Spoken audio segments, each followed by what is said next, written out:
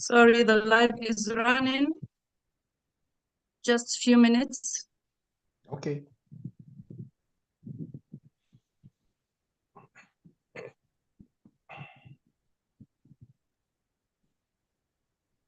We are 81 members now.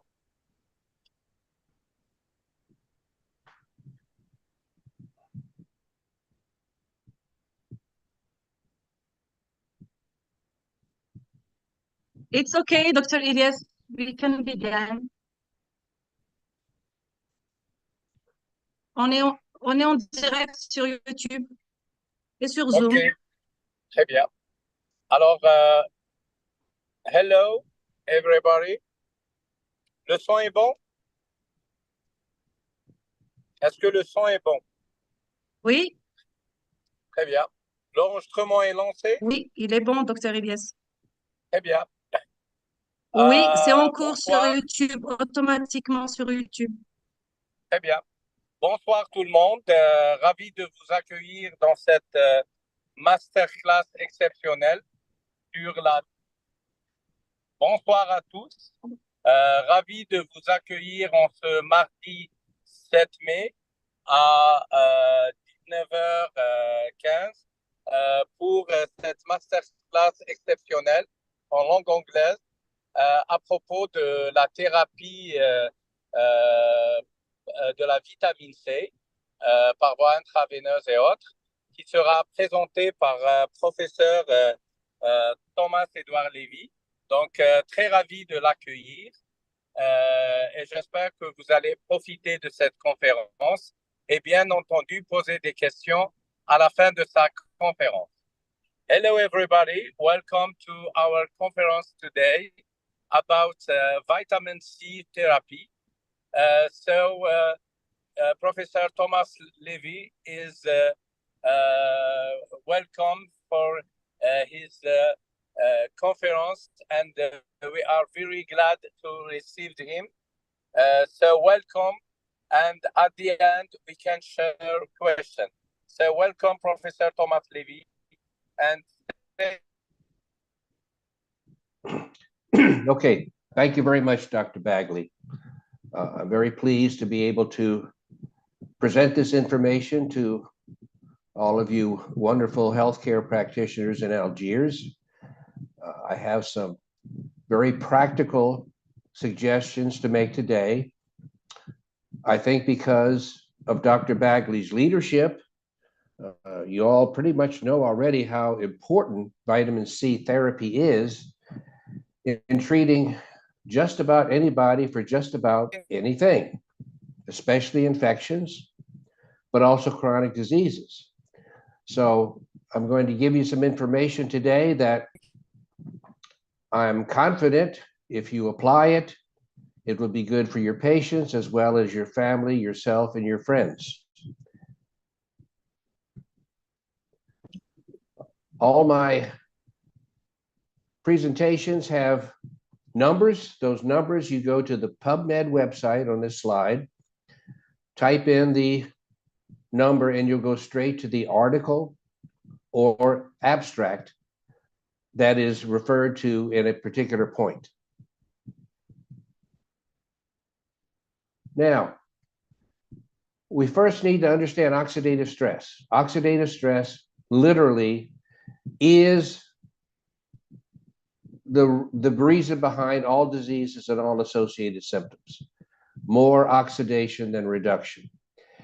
Increased oxidation exists when there are more new toxins coming into the body than there are new antioxidants.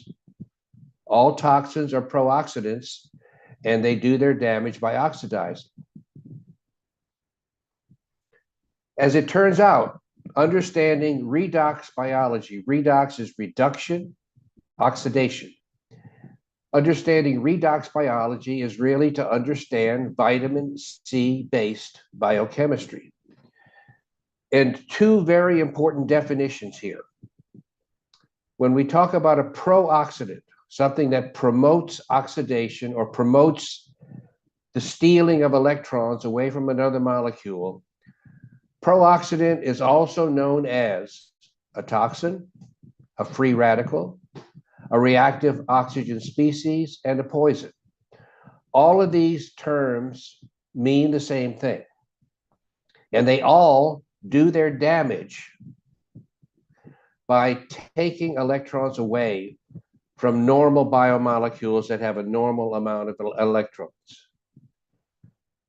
On the other side is the antioxidant, and vitamin C is the prototype. Antioxidants serve to bring electrons back to oxidized biomolecules, thereby repairing them and allowing them to return to a normal function. So, very important concept about antioxidants and what they do. Antioxidants primarily distribute electrons. And they do this by taking electrons and going back and forth, back and forth. So electrons, antioxidant donors like vitamin C, tend to be recycled rather than broken down, and they keep the electrons moving. Also, we know that toxins are very many different molecules. Thousands upon thousands of different molecules are toxic. Yet it's important to understand that they all only can cause damage by oxidizing biomolecules. There's no other way for them to hurt the body other than to cause excess oxidation. And this is why we know in the literature that vitamin C, as the most important antioxidant in your body, is a highly effective antitoxin against all toxins for which it's been tested in plants, animals, human beings, in the test tube, in the living organism. And you see at the bottom there, properly administered vitamin C has never failed to neutralize an acute toxin or poison exposure, regardless of the nature of the poison.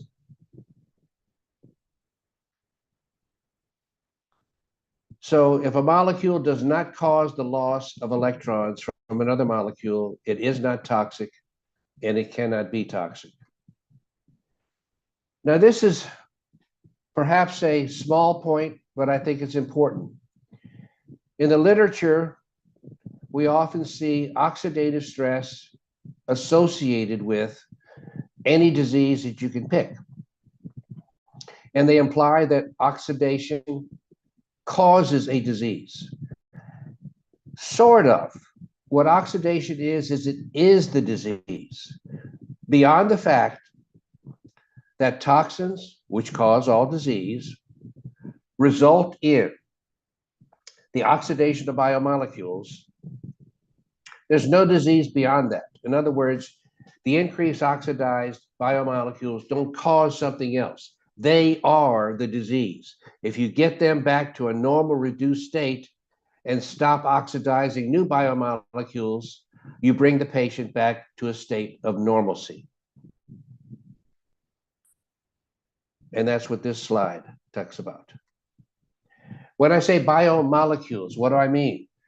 Well, all the important molecules that function inside the cell, some outside the cell too. These are nucleic acid, proteins, enzymes, sugars, fats. And the important point is when a biomolecule loses one or more electrons, it becomes inactive. It becomes, it doesn't any longer participate in normal metabolic function.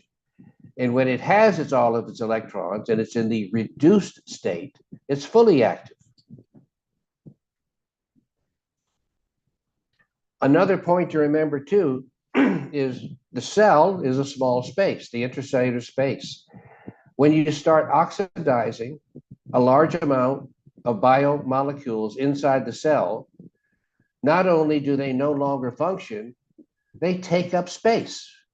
And so the more oxidized biomolecules you have that aren't doing their normal biochemical functions, they're also making it more difficult for the remaining normal biomolecules to interact chemically. So the nature of a disease then depends on these factors.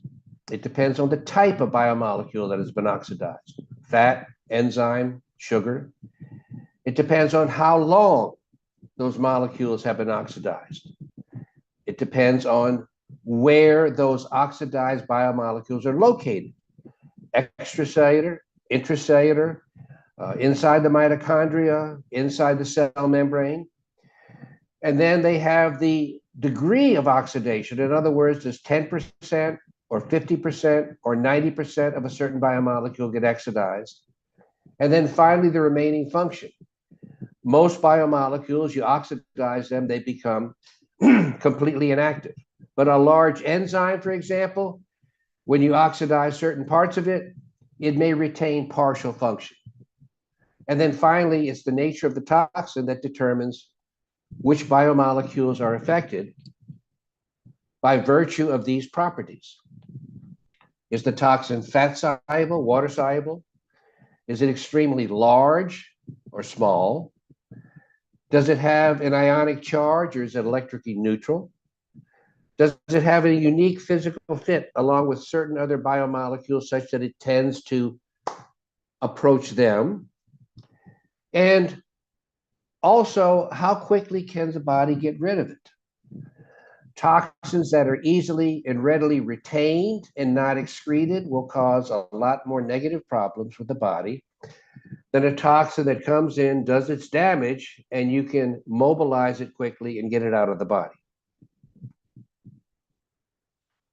Now, we talk about a lot about antioxidants, vitamin C. What's important to realize is that I think everybody realizes now that in biological systems, like the human body, like the human cell, you have measurable microcurrents. You have measurable electron flow currents that are taking place inside the cell, and you have measurable transmembrane voltages. It's only when your antioxidant capacity inside the cell is optimal, vitamin C and others, that you have optimal microcurrents, because literally electrons are the fuel that all cells run on. And the better you can support and sustain these microcurrents, the healthier the cell is. So, quite simply then, antioxidants support these microcurrents, and toxins block them.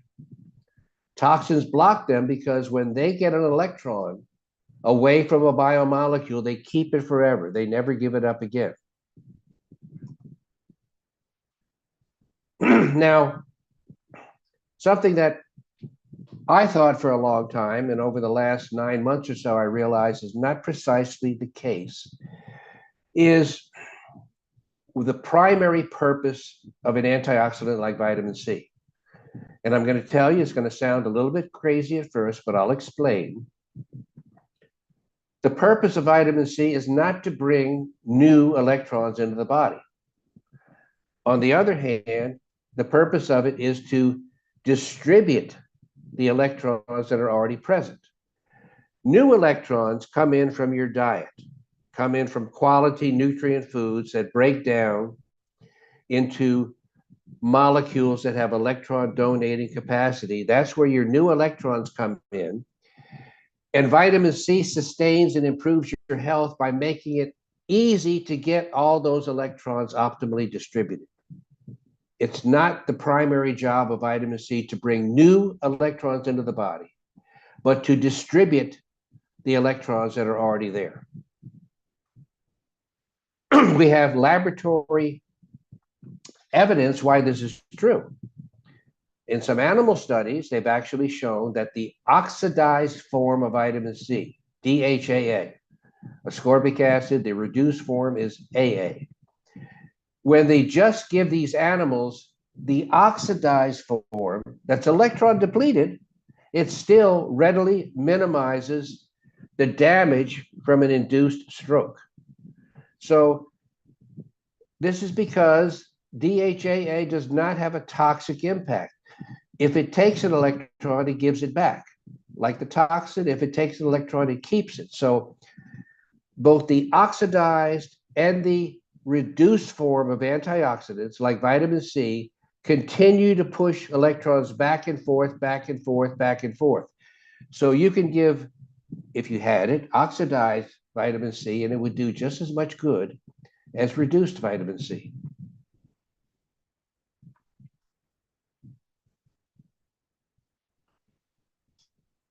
When you have a fairly healthy body and you give an oxidized antioxidant to the body, it very quickly becomes converted to the reduced form.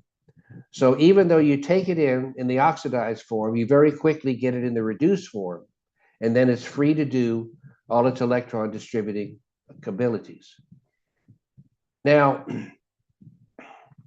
another piece of evidence that shows that the oxidized form of vitamin C, DHAA, is not toxic, even though it's electron depleted. Guinea pigs, which cannot synthesize vitamin C, just like human beings, are equally supported in their health by having either DHAA or AA, either oxidized vitamin C or reduced vitamin C, as their primary dietary source of vitamin C. If DHAA were toxic, this would cause severe illness, if not death, to the animal.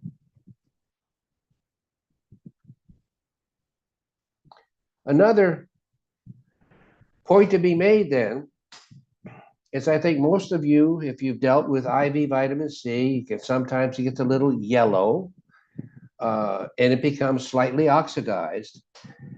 Remember now, in light of what I just said, you're not losing clinical potency of the vitamin C just because it becomes oxidized.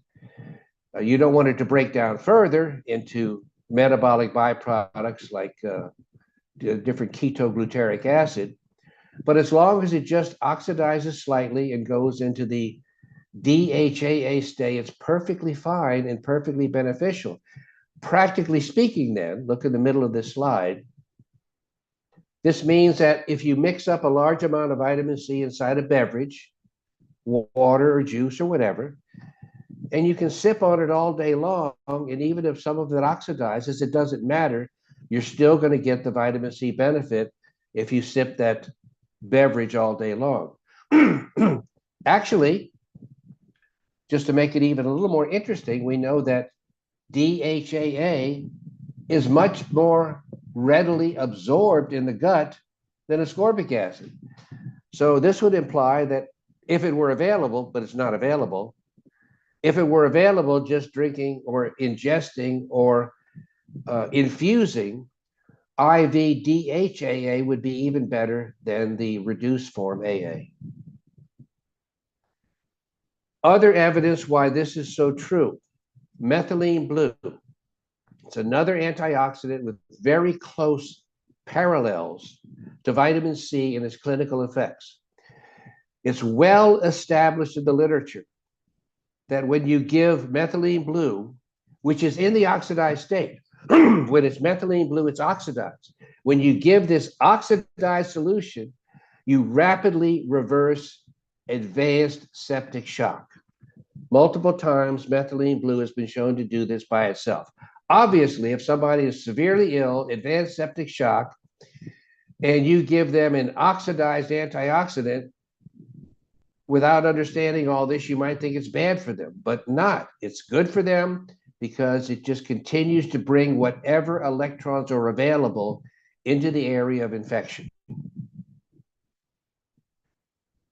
Furthermore, if you look at the PubMed studies, you'll see that most studies are done with reduced vitamin C, clinical studies, and most studies are done with oxidized methylene blue, but they both resolve infections. So, bottom line here, in other words, oxidized antioxidant molecules are not toxic because whenever they take the electron back, they give it away just as quick. This is how you keep electrical currents sustained inside the cells. Also, impact of an antioxidant has to do with whether the antioxidant is small, where it's soluble, how easily it accesses the organelles inside the cells. Vitamin C does this very well, but methylene blue does it very well also. And even though we're primarily talking about vitamin C today, methylene blue is an incredibly valuable clinical agent to use. And methylene blue and vitamin C have comparable anti-pathogen and antioxidant impact. So, to simplify it then, we're talking about health being sustained by electrons. And it's the supply of electrons and the distribution of electrons that determine how healthy a patient is. Quite simply then, new electron supply comes from nutrition, and electron distribution comes from vitamin C and other quality antioxidants. Now, you may have heard of the ORAC test, the oxygen radical absorption capacity test. And in the literature, and a lot of docs and a lot of lecturers talk about this as being the most important measure of the power of an antioxidant. Not true. Power in terms of scoring on that test, but not in terms of clinical power.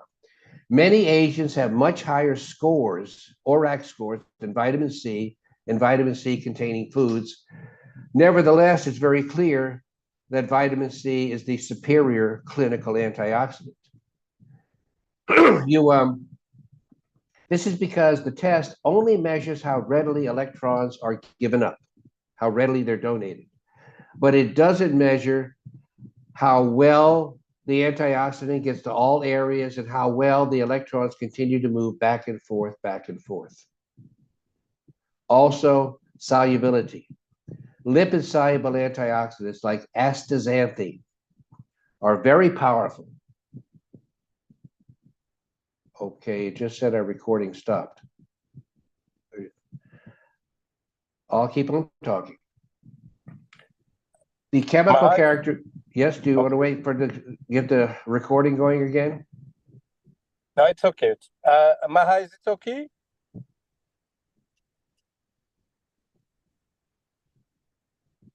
I think the recording is working because we have on YouTube, so no problem. Okay. So there are antioxidants that are very powerful and give up electrons very easily, like astaxanthin for the eyes in the fat-soluble tissues.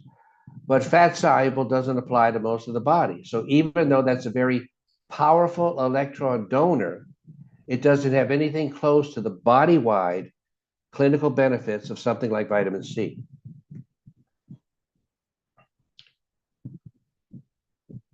We also know that antioxidants are traditionally sold, marketed in the reduced form, but they don't have to be. You see at the bottom of the slide here, coenzyme Q10, a very powerful antioxidant, very beneficial for the body and the heart and other tissues, is available very readily to be bought in either its reduced or oxidized form. The reduced form is ubiquinol. The oxidized form is ubiquinone, and both forms, once again, have equal clinical impact. It doesn't matter if you take an antioxidant in its oxidized form if there are new electrons coming into the body through a quality diet. So vitamin C, to summarize its abilities that makes it so powerful in terms of being the optimal distributor of electrons, in terms of being the optimal distributor of electrons, vitamin C is small, present in all the cells. It gets to use the glucose transporters. There are glucose transporters that are there for glucose, and it can use those to enter the cell. It has easy access to all the compartments. It can move 2 electrons rather than 1. And it even has an intermediate 1 electron depleted state that allows it to either give or take an electron depending on the immediate oxidative or the reductive needs of the microenvironment. Also, we have the clear observation, unlike so many other antioxidants, that when you get too low in vitamin C, you get a unique vitamin deficiency disease called scurvy. That doesn't happen with other antioxidants, which again indicates the extreme importance of vitamin C as being the most important antioxidant for you to keep high levels of. Very quickly, I'm going to run through these next slides. Vitamin C has already been proven to kill all viruses in the test tube, resolve all acute viral syndromes in the person. Dr. Klenner cured 60 out of 60 cases of polio and many cases of acute hepatitis. It's also been shown, mainly by Dr. Klenner, to resolve all acute cases of measles, acute cases of mumps, and acute cases of chickenpox. In non-viral infections, it's been shown to be able to completely cure diphtheria, tetanus, staphylococcus, streptococcus, pseudomonas. And these other diseases have been shown to be highly beneficial, especially significant there because of the number of people involved are malaria and dysentery. Other more, other more chronic diseases, vitamin C has been shown benefit, sometimes cure. These are like Lyme, AIDS, chronic hepatitis. This is because these diseases have pathogens that get deep inside the cells, and the vitamin C and other anti-infective agents don't have easy access. And it takes time and high dosing to finally get at those pathogens and resolve them. It's been very good for the common cold, for tuberculosis, even for pertussis. Just as amazing is its anti-toxic effects. Believe it or not, vitamin C has been shown in the literature to neutralize all these different toxicities, all the different toxic elements you see listed there, all animal and insect venoms, excess alcohol, which is a significant toxin, barbiturates, toxic mushrooms, pesticides, and even strychnine or tetanus. There's been no toxin that's ever been reported in the literature that cannot be neutralized by vitamin C when it's appropriately dosed and administered. Even people that give, doctors that give a lot of vitamin C, I think still don't realize, many of them, how non-toxic vitamin C is. Over the past 32 years, the Reardon Clinic in Wichita has given over 150,000 infusions. The doses have ranged from 7.5 to 250 grams a day. The most common dose is 50 grams. In all of these infusions, there have been no significant adverse effects, no kidney stones, no problems at all. So at the bottom line is there has never been established a level of vitamin C intake above which is toxic. And this is important because a lot of docs out there are eager to give vitamin C, but they still have been scared to use optimal doses. By optimal doses, I mean for most adults, 50 grams or more. And a lot of docs won't give more than 25 grams. Usually a 25-gram dose will help a lot, but it can also fall short of the mark when a patient has severe and widespread oxidative damage like sepsis. So feel free to push the doses. Feel free to push the doses. Now, factors to the effective administration of vitamin C. Dose, route, how you give it, orally, liposome, intravenous, intramuscular. Rate, how rapidly do you give it? Frequency, how often do you give it? Duration, how long do you treat somebody in a treatment protocol? What type? Sodium ascorbate, ascorbic acid. And also, and I'm going to go into some detail on this, administration with hydrocortisone or cortisol. Almost all clinical failures of vitamin C are because you don't give enough. Pretty simple.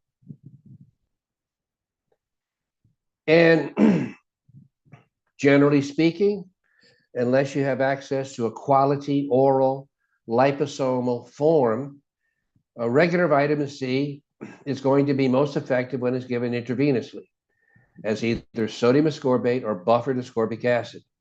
Intramuscular can work as well,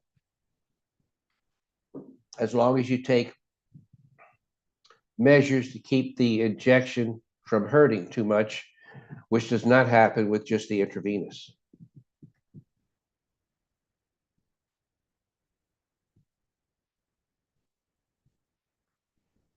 Rate, how rapidly do you give it? A lot of times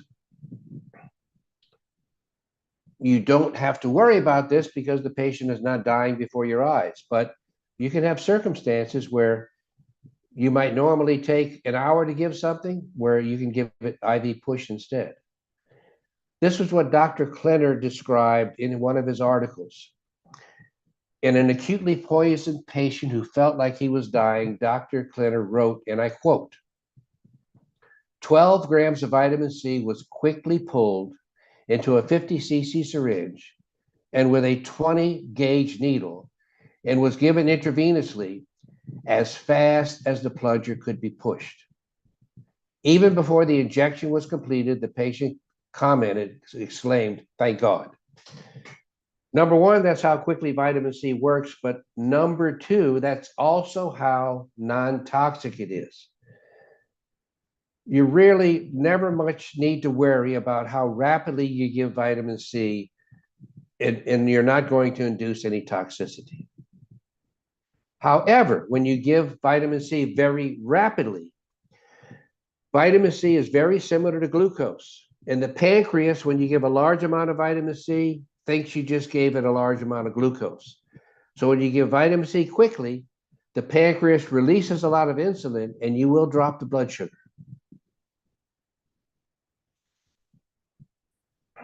But this can be a benefit because just like they have a deliberate induction of hypoglycemia by giving insulin called insulin potentiation therapy, you can achieve a lot of benefits by being aware of this, and also before you give the vitamin C rapidly, maybe an hour before then, you give all the different oral supplements you want to give.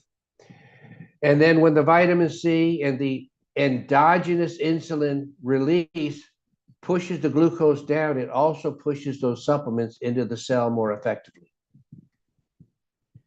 Frequency, that's pretty straightforward. Most of the time in the clinic, you can only give it once, maybe twice. When you're in the hospital, you can give it around the clock. But when you're able to stay with the patient, you give it as frequently as you need to, especially for infectious diseases. You give it as frequently as you need to get a positive symptom response. And as you get a more positive response, you can then slow down in frequency and start lowering the dosage. It's all a physician-based decision depending on how the patient is doing. Very important, especially with dealing with an infection. As soon as the patient feels 100% well, don't stop the treatment. Keep your vitamin C going at high doses for at least 24 to 48 hours, or you can very easily get a relapse as the pathogens start to rebound. Different types of vitamin C, you see those. Most of the time we're using ascorbic acid or sodium ascorbate. You want to avoid calcium ascorbate because you don't need the calcium. So ascorbic acid, which is higher than ascorbate, that's fine, but it can upset the stomach. Sodium ascorbate is great. and no problem with stomach upset. Calcium ascorbate, which is called buffered vitamin C, is never recommended by me because nobody needs more calcium. Potassium ascorbate is okay as long as you keep track of the potassium status in the body, because too much potassium can cause problems with heart arrhythmias and death when you really give it rapidly. I mean, it's not something that will happen easily, but just be aware that you can't give massive amounts of potassium in the same way that you can give massive amounts of vitamin C. Sometimes when you give vitamin C, you start releasing a lot of toxins from the cells, or you kill off a lot of pathogens, or you kill off, in some patients, cancer cells. What this does is it releases lots of toxins into the system, and the patient will start to feel worse. So what do you do when that happens? You're actually getting a desirable reaction. You're getting rid of toxins, or you're killing pathogens, but you never really want to make the patient feel sick in the process. And a very simple way to do this is, when somebody feels bad during a vitamin C infusion, you slow it way down, 25% of the rate and 25% of the dose. We call this mop up. Why does this happen? This happens because what's causing the patient to feel poorly are toxins in the blood. The ultimate neutralizer of toxins is vitamin C. So you treat the problem that too much vitamin C caused by coming in with a lower amount of vitamin C that doesn't mobilize more toxins, but just neutralizes the ones that have been released. And this is important as a practical point because, as I say at the bottom of this paragraph, you want the patient to feel good when they leave. If they leave the office feeling poorly, there's a good chance they won't come back. Cortisol, hydrocortisone.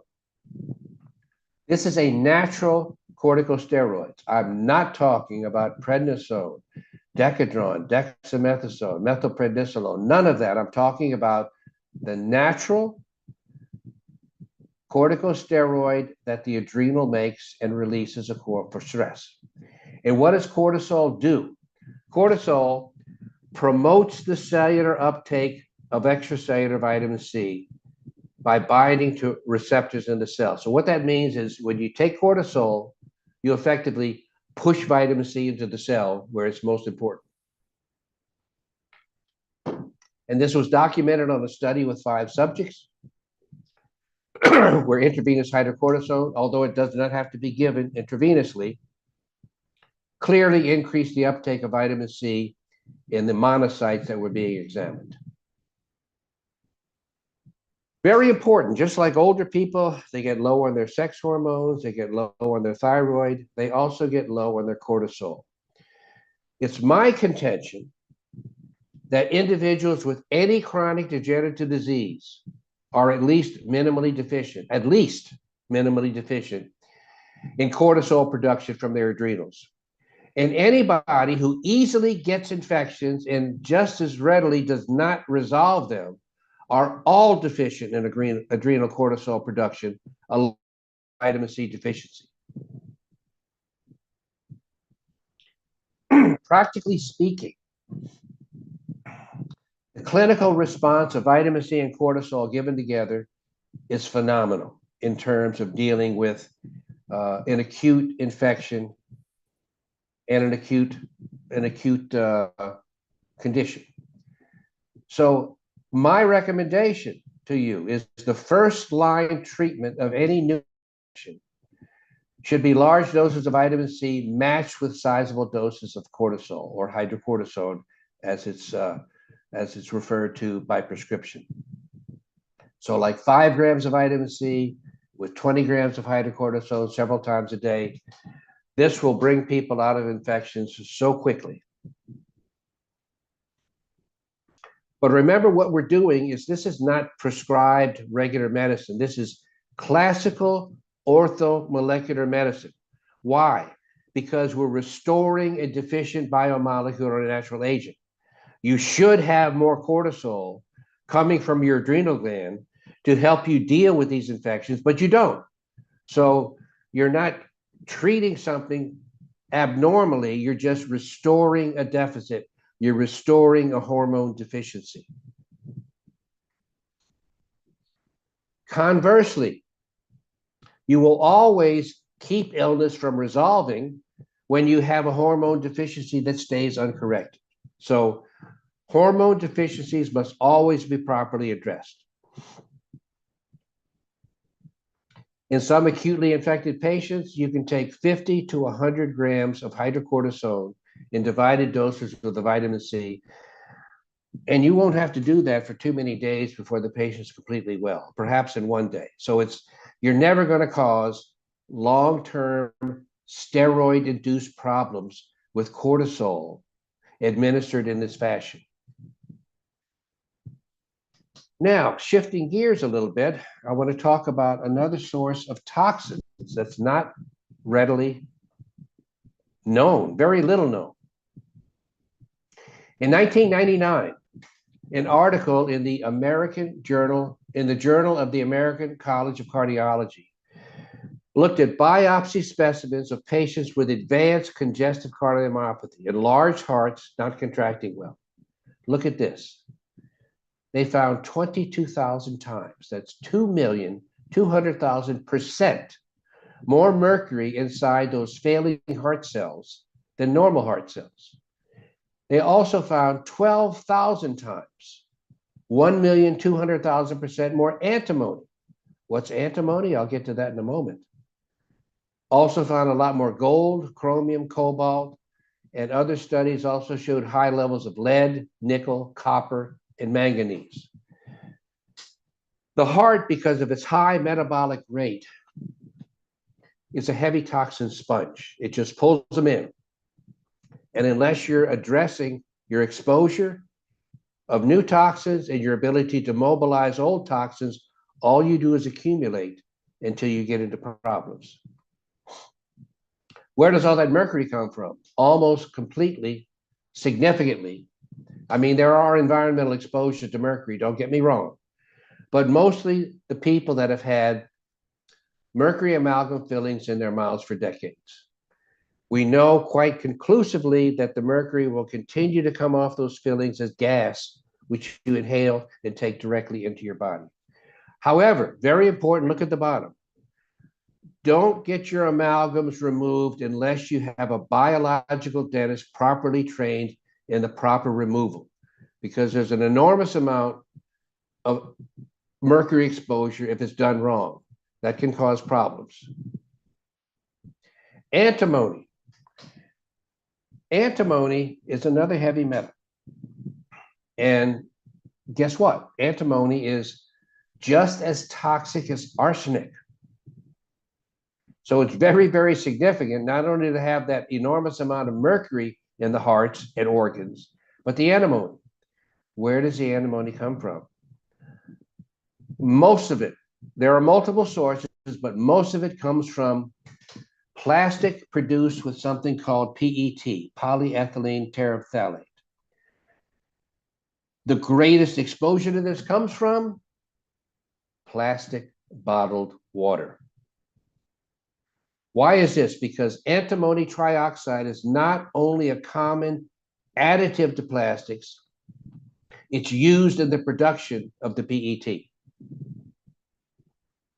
As I mentioned, even if you haven't heard of it before, many people haven't, antimony is a very toxic heavy metal. And it's been documented in other animal studies to already cause a great deal of damage to the heart. Further details, when you have uncarbonated bottled water, it's the time that it's in the bottle and the heat that determines how much and how quickly the antimony leaches into the water. When you have carbonated water in beverages like fruit drinks and soda pop, there's also an acidity present that accelerates the antimony release. Microwaving, never do it. Not only is it not good for the nutrition of your food, it also, if what you're heating is in plastic, it's going to accelerate the antimony release into it. So the heart gets hit pretty vigorously because it's very high metabolically active. So in addition to pulling in nutrients nonstop, it pulls in whatever else is circulating, in this case, heavy metals. The brain is like that as well, and the kidneys are like that as well. But bottom line is, look here at the bottom. Everyone has a large excess of heavy metals in the body. The heart accumulates most, but it's everywhere. And just because you don't have heart failure does not mean you don't have already high toxic levels of heavy metals in your heart as well as in the rest of your body. This means when you have those toxins present, you pre-sensitize that tissue to further oxidative stress and damage. And this is really important now in the 4th year of the pandemic for the number of people that have persistent spike protein. And what have they been saying? They said, well, the spike protein seems to attack the heart more readily. Well, yes and no. It does attack the heart more readily, but most likely because the heart has already accumulated the most heavy metal toxins, and then just a little more toxicity from the spike protein can push you into myocarditis or a fatal arrhythmia where you just drop dead. Now, as important as this is, it's equally important to realize heavy metals are not going to mobilize and be excreted on their own. Okay, they just accumulate. So look at the bottom of the slide. Everybody needs to be on a chelation regimen. If you're feeling well, it doesn't have to be vigorous.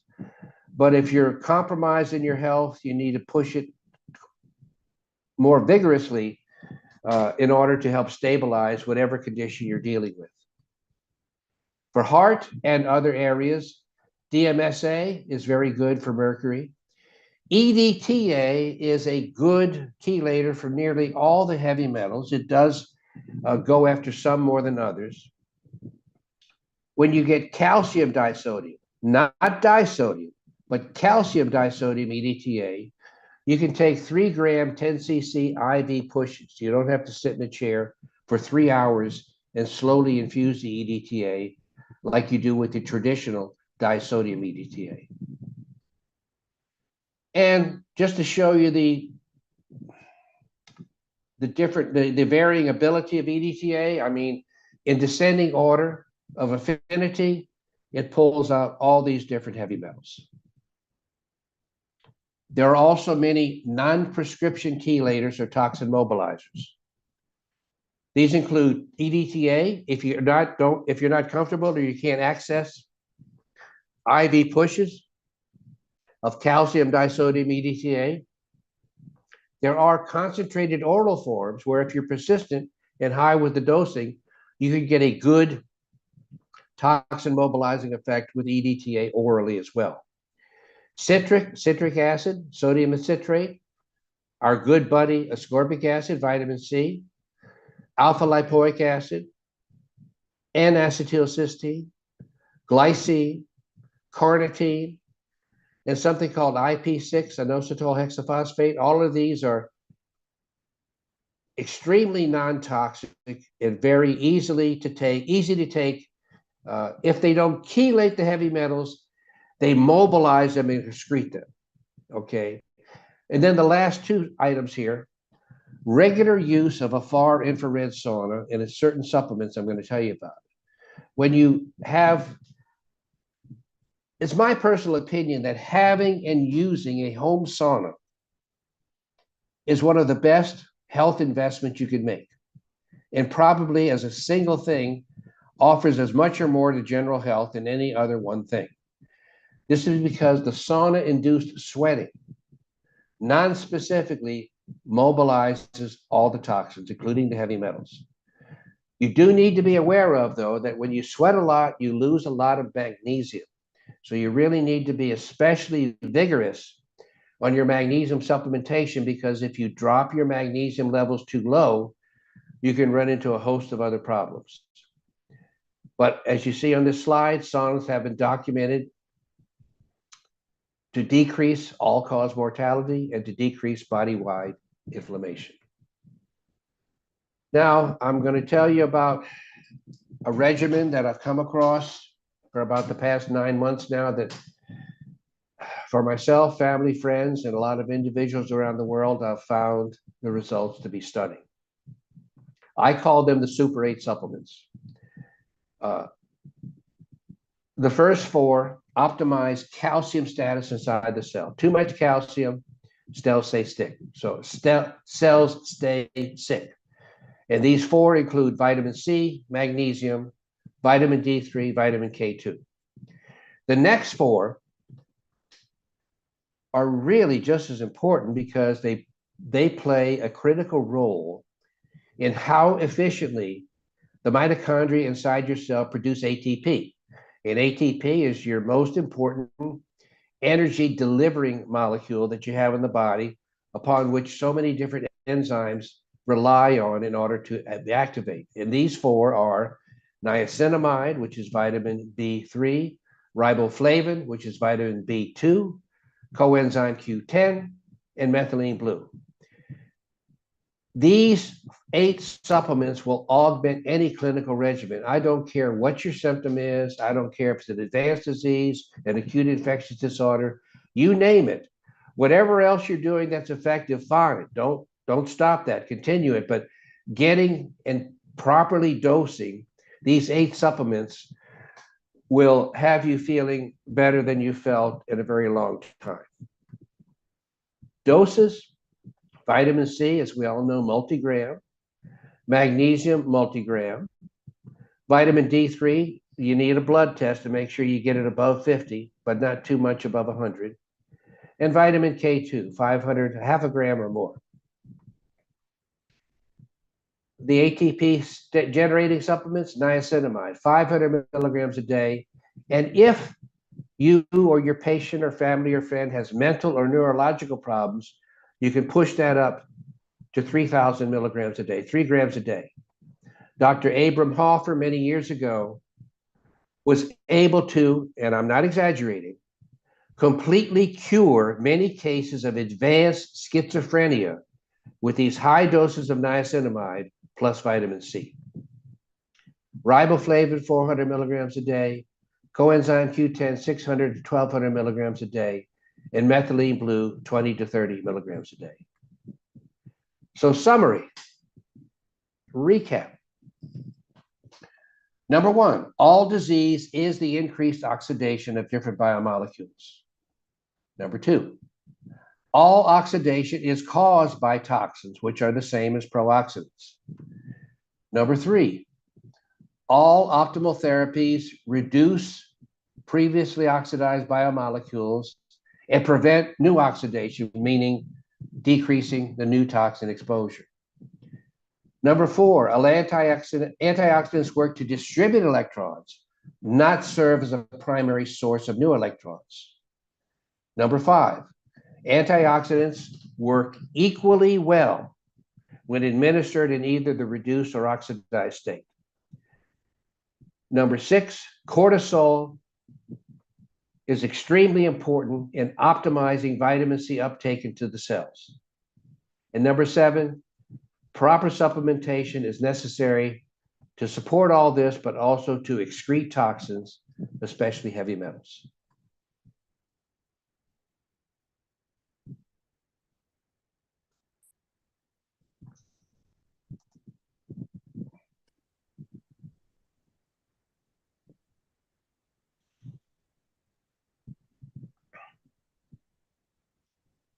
Thank you very much, Professor Thomas Levy.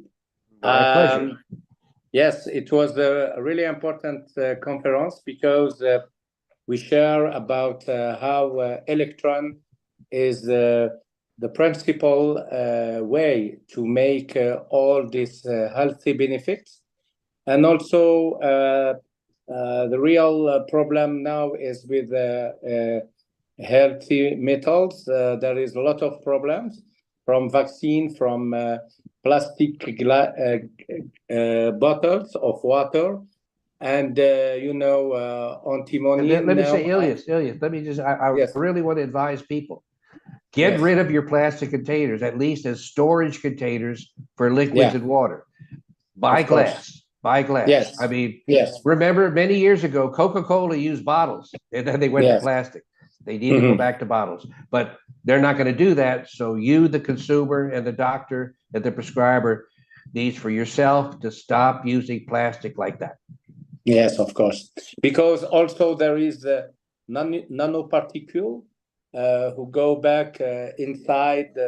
Yeah, many other problems with plastics, many others, yes. Yes, of course. So thank you for all. If there is questions, welcome to asking. And we will be very glad if you can program for us a conference about chelation. If you can do it, we will be very, because it's really important with all the problem of heavy metals. Sure. Thank you very much. Is there any question?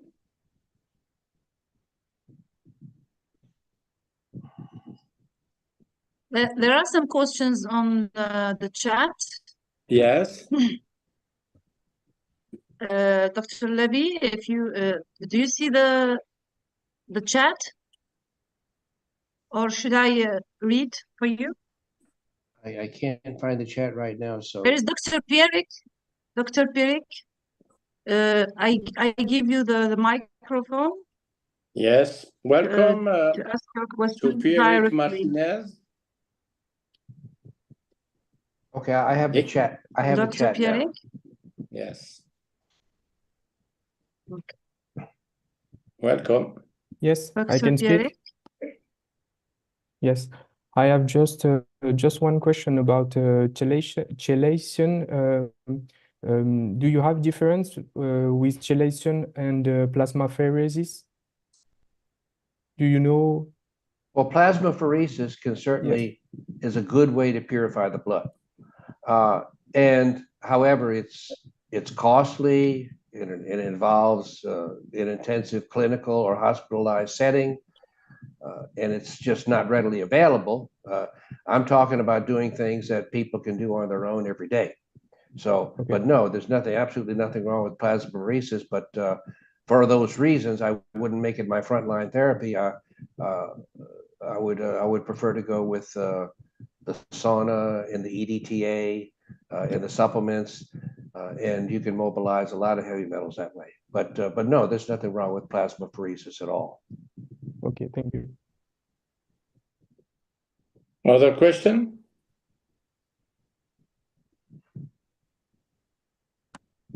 Raise your hands. Or by writing. You can ask question by writing. Dr. Asma Jaballah. Welcome.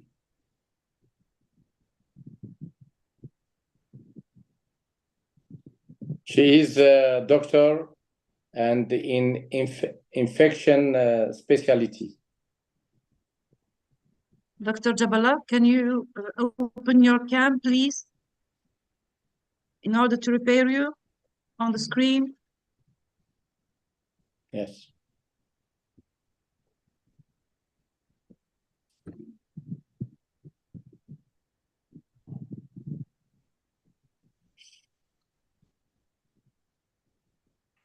Okay, we will take the question of Malika Belkhair. Can we use vitamin C for psychological problems? Well, you can use vitamin C for everything. And process that you have going on, there's increased oxidation relative to reduction. And the more vitamin C you can get in, the better. Even with vigorous dosing, we all are very, very low on vitamin C still because we lost the ability in our livers to make vitamin C. and we should be making vastly more vitamin C than we're taking in every day. So no, you're not going to overdo vitamin C. I would say though, for the psychological problems, the niacinamide is very important, and the methylene blue is very important. Both of those strongly support ATP production inside the brain, which is, I mentioned Dr. Abram Hoffer, how he was able to cure many cases of schizophrenia with high doses of niacin or niacinamide and vitamin C. So Yes. So no, all of those are good, and they really, I mean, it sounds like it's too good to be true or too generalized, but they all help everything. That doesn't mean there aren't other things you can do to help your condition, but they all help everything. Yes. I think that niacin now is in our pharmacist office. So you can prescribe 3 grams of niacin with vitamin C for all psychology disease, and of course for schizophrenia. So it's really important to use it because we get it, and you can prescribe it. So don't forget to do it for all the patients. Please, I have another There is question. a technical. Yes, Dr. Pierre. Pierre. Sorry. For Professor Levy, what is for you the best supplement for increased oxidative phosphorylation in cells? Please. Well, they still relate to excess oxidation in general, which goes back to the principles I was talking about. And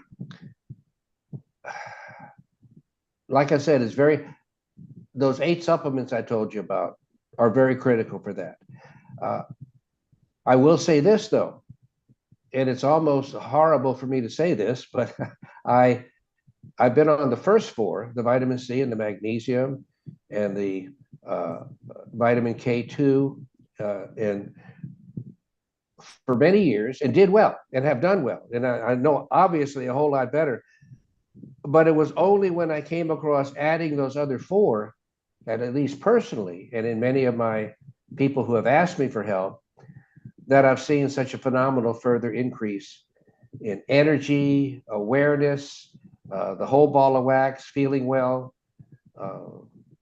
My wife just started to go deaf in one ear. She's a fairly young person, and I got her on these supplements, and it resolved. I mean, it was very scary for a while. I mean, you start losing a major sense. But I mean, she was close to being deaf in one ear. But remember, all conditions are, no matter what's causing them, increase oxidative stress. So something like this will help every cell in the body. All of these forms that I'm telling you about decrease all-cause mortality. They decrease your chances of dying from anything because they positively impact every cell in the body. Thank you. Thank you. Thank you, Dr. Levy. A technical question from Nabila. How many drops of methylene blue there are in 20 milligrams of methylene blue? Well, I'd flip it around. I believe you can check this online to make sure I've got it precisely right, but I believe it's 10 drops per milligram. Okay, so do the math. 10 drops per milligram, and it's very, very non-toxic as well. You can, after struggling with staining everything, my hands and everything else for a long time, different things to take it in and swallow it, I now have the simplest and easiest application of the world. You got to still be a little bit careful, because I mean, it's a dye, so you get a little bit on there. You're going to dye your skin or you're going to dye your clothes. But if you're careful, you take the dropper full, tap it, and you just open your mouth wide and just drop it into the back of your throat. Hit the back of your tongue, hit the back of your throat. It's got a slightly bitter taste, no big deal. The other thing this does too, that particular application form, wow, that knocks out the beginning of colds and flu and upper respiratory conditions like I've never seen. I mean, vitamin C does it too, but I think methylene blue does it a little better. So I'm not saying use one or not the other, use both. But I'm going to tell you this methylene blue is a powerful, powerful, powerful clinical tool. And until they change things, it's still pretty cheap. Thank you. So you can be a strong, but it's not toxic. Thank you. All right.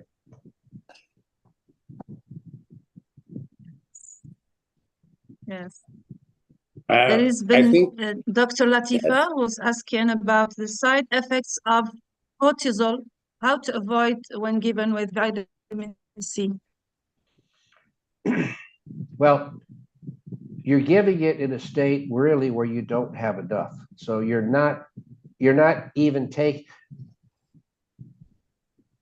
when you're acutely infected, you're acutely low of vitamin C in every cell in your body.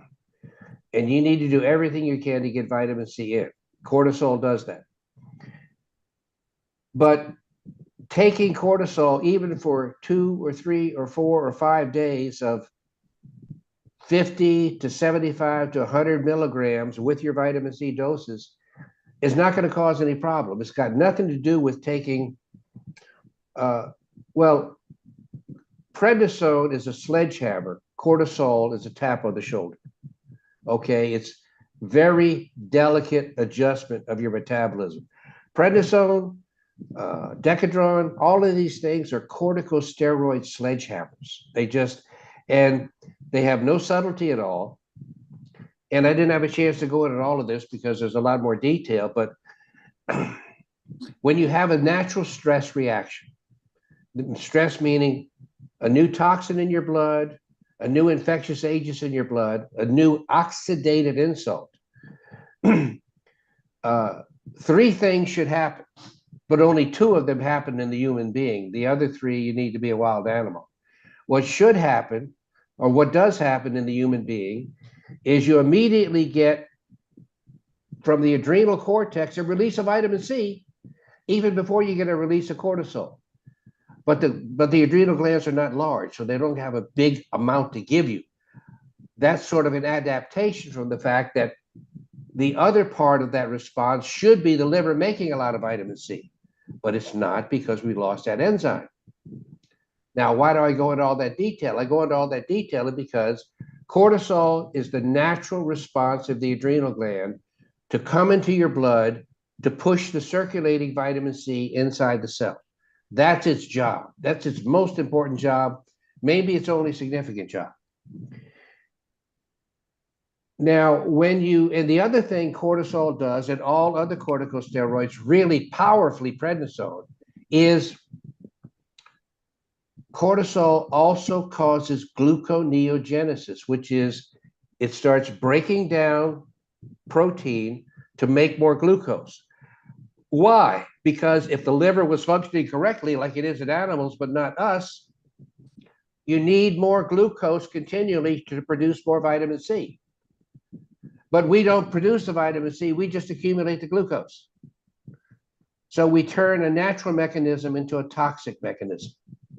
Okay, by losing the 4th enzyme in the liver that converts glucose to vitamin C, then corticosteroids become much more toxic because they continue to, and so what are the 2 main problems with long-term steroid therapy?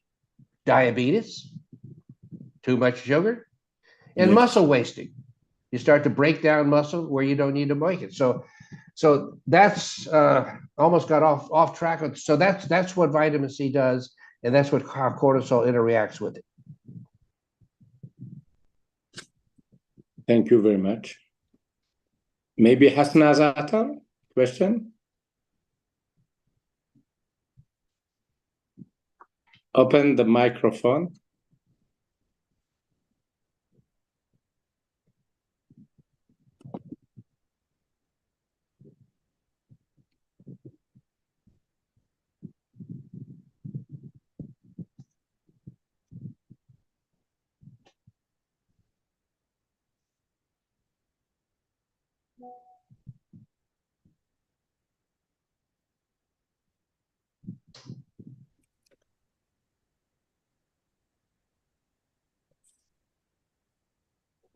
Hasnam, the microphone, please.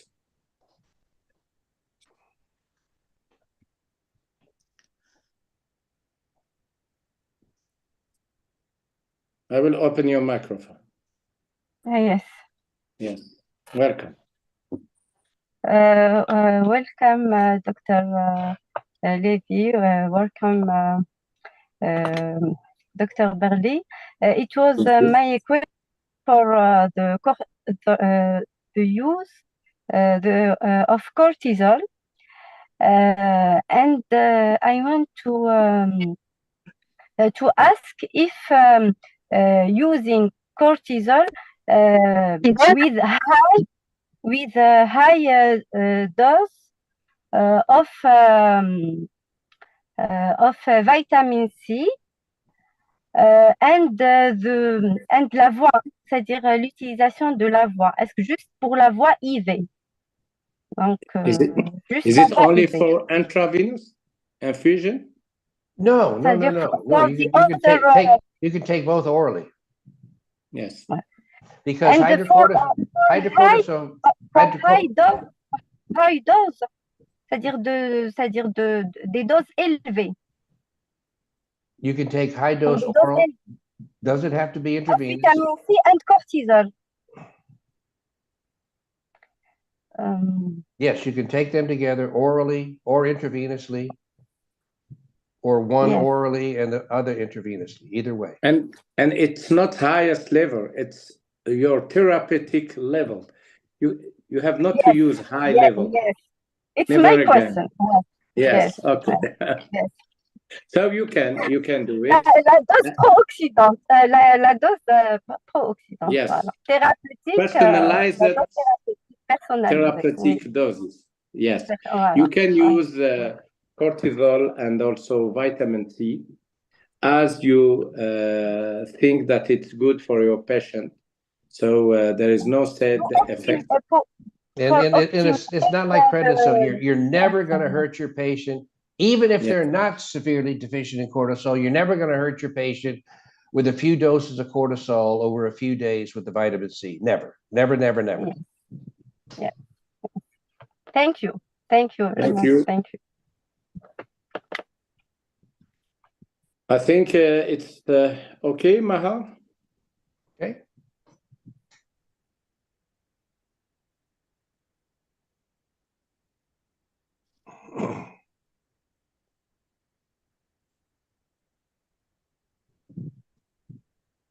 Katya, you can share your question. Welcome.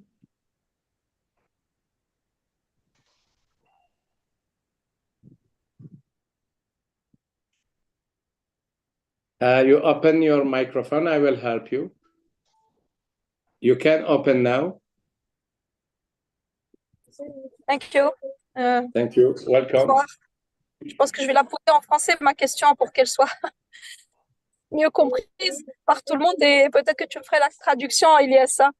C'était pour savoir à quel taux la vitamine C pouvait agir sur la décharge de cortisol. Elle diminuerait, en agissant sur la décharge de cortisol, ça diminuerait la résistance à l'insuline. Donc, j'aimerais bien savoir à quel taux de vitamine C et à quelle période la prendre, cette vitamine C, justement, pour éviter les grosses décharges de cortisol. So you can ask it also in English, Katya. No, I cannot. Il va pas comprendre, le pauvre. Il va pas comprendre. I'm sorry. What is the doses of? You can repeat the question, Katya. À quelle dose faut-il prendre la vitamine C pour éviter les grandes décharges de cortisol? I wrote ILYES. I wrote an article on this on the Orthomolecular Medicine News Service. De la résistance de l'insuline. And that has all these different details in it. That it would probably give all that information better on how to use the cortisol with the vitamin C. After we finish up here, I'll send you the link to that article. Okay. He published an article about it. So we will share it on the group about how to use it and how to mix the cortisol and vitamins. Okay. Thank you, Katia. Maybe we will finish the conference of today. Please, Professor, when we finish, we need you 2 minutes after the Zoom, at the next Zoom. So thank you very much for sharing this conference today about vitamin C therapy, and also the different therapy that we can use with the vitamin C therapy. Maybe in the future, we don't know when Professor Thomas Levy will be free. He can maybe share with us a conference that is really important about chelation, of heavy metal and different methodology of chelation. So he accepts. So I share that he say yes. And next we will see about the timing. So thank you very much. Thank you for all of you. Let me share with you that this Thursday at 9 a.m. there is a radio. I will share in the radio RGS channel 3 about sleeping. And in Thursday, 23 May at 9 a.m., I will share at RGS 3 radio channel about memories. Also, there will be a conference in 21 May about addiction and detox at the Security Health Congress in Algiers. And in 22 May, there will be a high courses of my integrative therapeutic approach at the medicine faculty of Algiers. So I hope that that will be many people, many doctors to come to those conferences. And like you see, Professor Levy, Algeria is going on in orthomolecular medicine. So we are very glad, very happy that all is going on and to make Algeria as a nation who promote orthomolecular medicine. So thank you very much, and see you in the future. Thank you, Dr. Maha Shahid. Thank you, Pierrick Martinez. Thank you to all doctors, biologists, psychologists, biochemists, and other therapists. And see you in the future. Thank you very much, and see you next. I need Pierrick and Thomas for 2 minutes. Thank you very much. Thank you, everyone. Thank you. Yes. Thank you, Dr. Thomas, for your generosity. Thank you. In providing us this highly beneficial teachings. See you next. Goodbye. Bye-bye.